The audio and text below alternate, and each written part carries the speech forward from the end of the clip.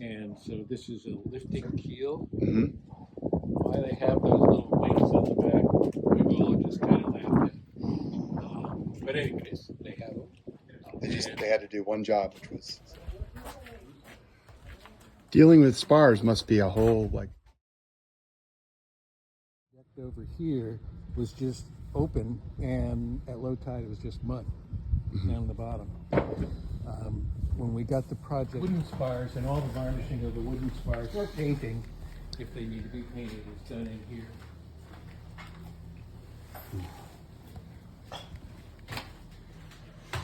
This is like How you a doing, Reggie? Oh, lovely. visual ASMR. Reggie? Okay. Where it butts up. So it's like a half lap on this. Yeah. Okay. Yeah. Huh. And then caulked? Or for a little boat like this, not so much, just soaked? Not so much. And, you know, it's cedar on oak. Mm-hmm. So the cedar, you know, I mean, you can see daylight. And so the only way that we had to get out to those docks was by a scow boat. Mm-hmm. And so we temporarily moored that float right straight off of there. And So you could climb down the steps? And we had a ramp going down. Okay. Well, actually, the first processing plant or factory. This whole boatyard? Yeah, for sardines. Okay. The sardines would be caught offshore, and they'd bring them into here, and they were big. We have some pictures of it. Big long wharf that went out, and they would get offloaded. While they were coming in, though, you know, the whistle would go off, and people would come from the town to come down and work in the factory. So we call this one the factory. This is the only vestige of processing plant or factory. This whole boatyard? Yeah, for sardines. Okay. The sardines would be caught offshore, and they'd bring them into here, and they were big. We have some pictures of it. Big long wharf that went out, and they would get offloaded. While they were coming in, though, you know, the whistle would go off, and people would come from the town to come down and work in the factory. So we call this one the factory. This is the only vestige white design havens is that the havens are a centerboard boat where the burner halves are full gear. Because I think it's kind of neat to see them all together and not spread out over the harbor. Goodness gracious. So Meadows was built by Arno Day. There's the Day family was a pretty prolific boat builders here in Brooklyn Boat, West Coast, Florida. And he designed this hull. Peter Chrysley. Thousand Islands in Florida. And we built him a hull, and then he finished off his. We built him a hull and deck, and then he finished it off. But we had the right to use his design, and so we built this boat it's 32 feet. 32 feet of the hull. When you add all this back here, it's more like 36 or something like that, or even more, 38. It's essentially an express cruiser. Yeah. Two 250 outboards on the back, and top end is like 51, 52 knots, something like that. Relatively narrow for her length. Yeah. I mean, for modern standards. Yeah. Well, as opposed to the big gnarly. Yeah. Am I right that that's a little bit of Carolina? There's more than a little bit of Carolina flair. Yeah. In the bow. Right. And for Steph, there's tumble home in the back. It's not flag blue with a white stripe, but it's not. No, but there is tumble home. She's got an eye for that like reverse shear toward the bow, flare toward the bow. I would say. Yeah, just a touch of reverse shear. Yeah. I mean, I would say, just and not barely overly flared like some of the real Carolina boats. Become. God, that looks like a nice place to be. That express layout. Down East Carolina 32. There you go, Stephanie. We gotta get you one of these. So she's got a nice interior, enclosed head. The galley is sort of actually up in the cockpit. And it's not really a galley, it's more of a picnic gallery. Is this a new build now, or is this a service on a We build? built this a few years ago. Yeah. It's a nice Yeah. boat. I have so much more of an appreciation these days for anything that is narrow for its length. Yeah. Aesthetically, but also just in how they perform. Right. Video to say, okay, here's this massive thing in the air, but the variety in here, go from that to, To a shellback dinghy. shellback dinghy. That's another, is that a Joel or a Steve? Joel White design. Okay. To this beautiful, pretty old. It's an international 500 yawl. And earlier in the day, Sarah was talking about that this guy came in and I gave her the card with autograph for Yes, the folk singer. Dan Fogelberg. Dan Fogelberg. This was Dan Fogelberg. Oh. And you told her today that maybe she could get close to Dan Fogelberg's boat, if not Dan Fogelberg. And this looks... I forget I think she's a Dark Harbor 20 or whatever it is. I'm pretty sure. Gotcha. I think of all the floors that were in the boat, these are the only ones that are good. There's a stack about that big that we needed to make new. Probably a few frames. Planking actually looks pretty good. What year?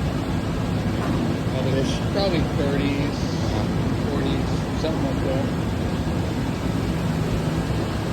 But since the weekend's coming on and it's a heated floor, got it covered over and brought out some water down below to keep it from drying out. Okay. We don't want it to dry out too much. So you said weekend's coming on. That means it's going to sit. It's going to sit here over the weekend. All right. Yeah. Yeah. Huh. And during the week, it'll get sponged? During the week, it'll be worked on, and we'll occasionally throw a little bit of water down underneath it. Yeah. So, but I don't know what they're doing up here this weekend either. Sometimes if there's painting going on, that's like spray painting, cover stuff up just in case. Gotcha. So this was what was flipped This is the flip. last week or the week before? A couple weeks ago. A couple weeks ago, yeah. And this is a 56-foot sloop. It'll be for world cruising with a special emphasis on being able to go scuba diving and surfing. So a big part of the interior design, sort of the working interior, is storage space for surfboards, storage space for dive tanks, compressors, wetsuits, everything that goes along with that. Yeah. Because they're going to be out in the middle of nowhere, and so they have to be self-sufficient that way. Is that a new design brief for Brooklyn Boat Yard? It's just, every single boat that we build has little oddities. I need this, I need that. That's why they're here. Yeah. Yeah. In this case, it's surfing and scuba diving. So the loft up there, what does that get used for? Well, we'll go up. Oh, okay. Yeah. An old fiberglass Choi Lee. And I guess it belongs to a guy down on Deer Isle who has sailed it all his life, all over the place. And he wants to put it back in the kind of shape it was when he first got it. New. Good man. Yeah, good man. Keep it going. Yep. Love So keeping we're putting stuff new going. decks on it. That Choi Lee, that's Taiwan builder, Yeah. Taiwanese builder. Yep. Yeah. You can always tell the Choi Lees by the filigree end to the coast. Yeah.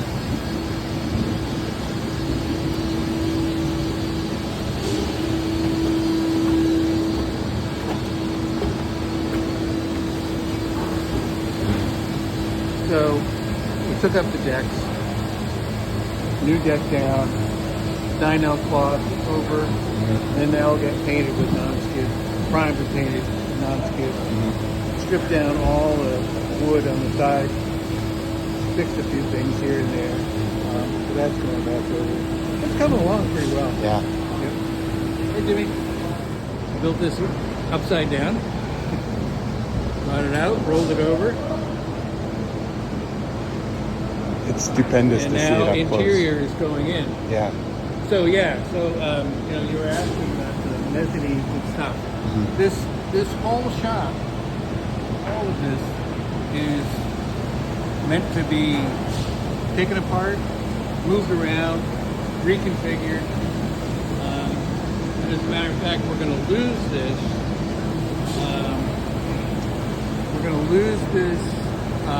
In a while.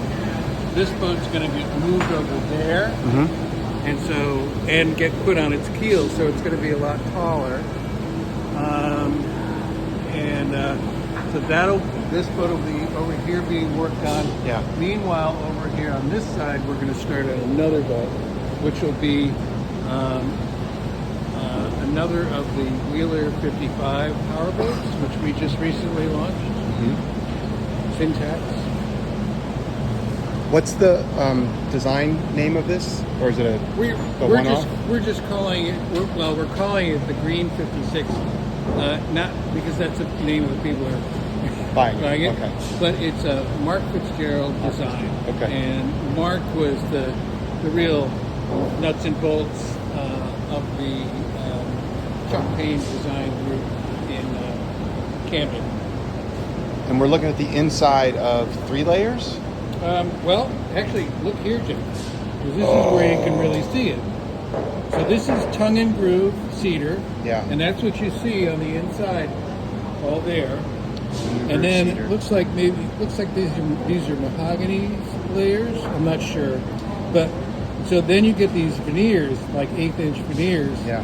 that are going, you know, diagonal, diagonal, diagonal, Okay. and then on the outside, then you've got a longitudinal layer, this layer here, of mahogany, and then you've got this skin of glass that goes on the outside. The glass doesn't really add that much in the way of structural strength, but it's good for puncture resistance and rub it up against docks and rather than against here. Yeah. And it's also a super substrate for painting. Right. Because it'll all get ripped or whatever. So that's a cold molded layout. That's cold molded layout. Is that a typical? That's pretty typical. Yeah, that's pretty typical for an all-wood layout. Some of the other boats we do, and I'll show you some examples of it, but using foam, carbons, other things like that. It all just depends on what the boat is, what's it intended to be used for.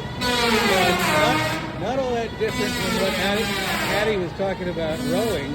It's what are you going to use the boat for? So this is the way we should build it. So it's all built together, and then it's a boat.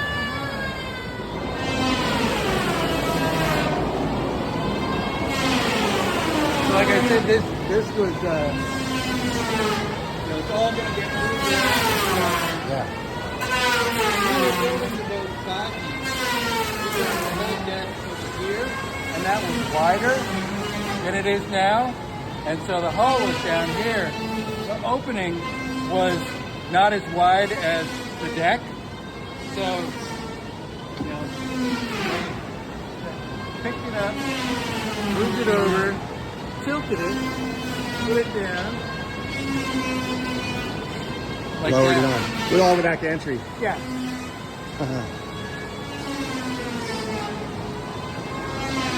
So a lot of interior furniture gets built here. Yeah. Up here. Steering wheels. Oh, wow. That's cool. So those are molds for the steering wheel laminates? Yeah.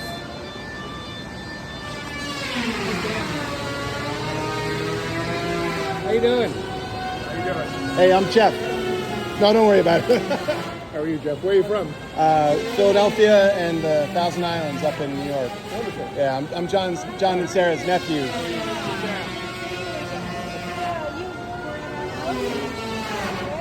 That is really neat. This was a test piece for that. So that's carbon and carbon there.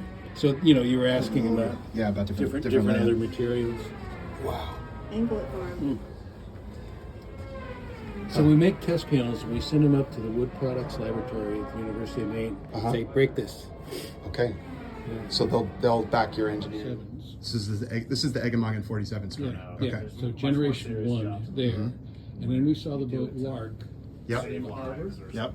So that's generation two. And then a fella came and he was considering buying one of the second generation 47s. Enjoying it. But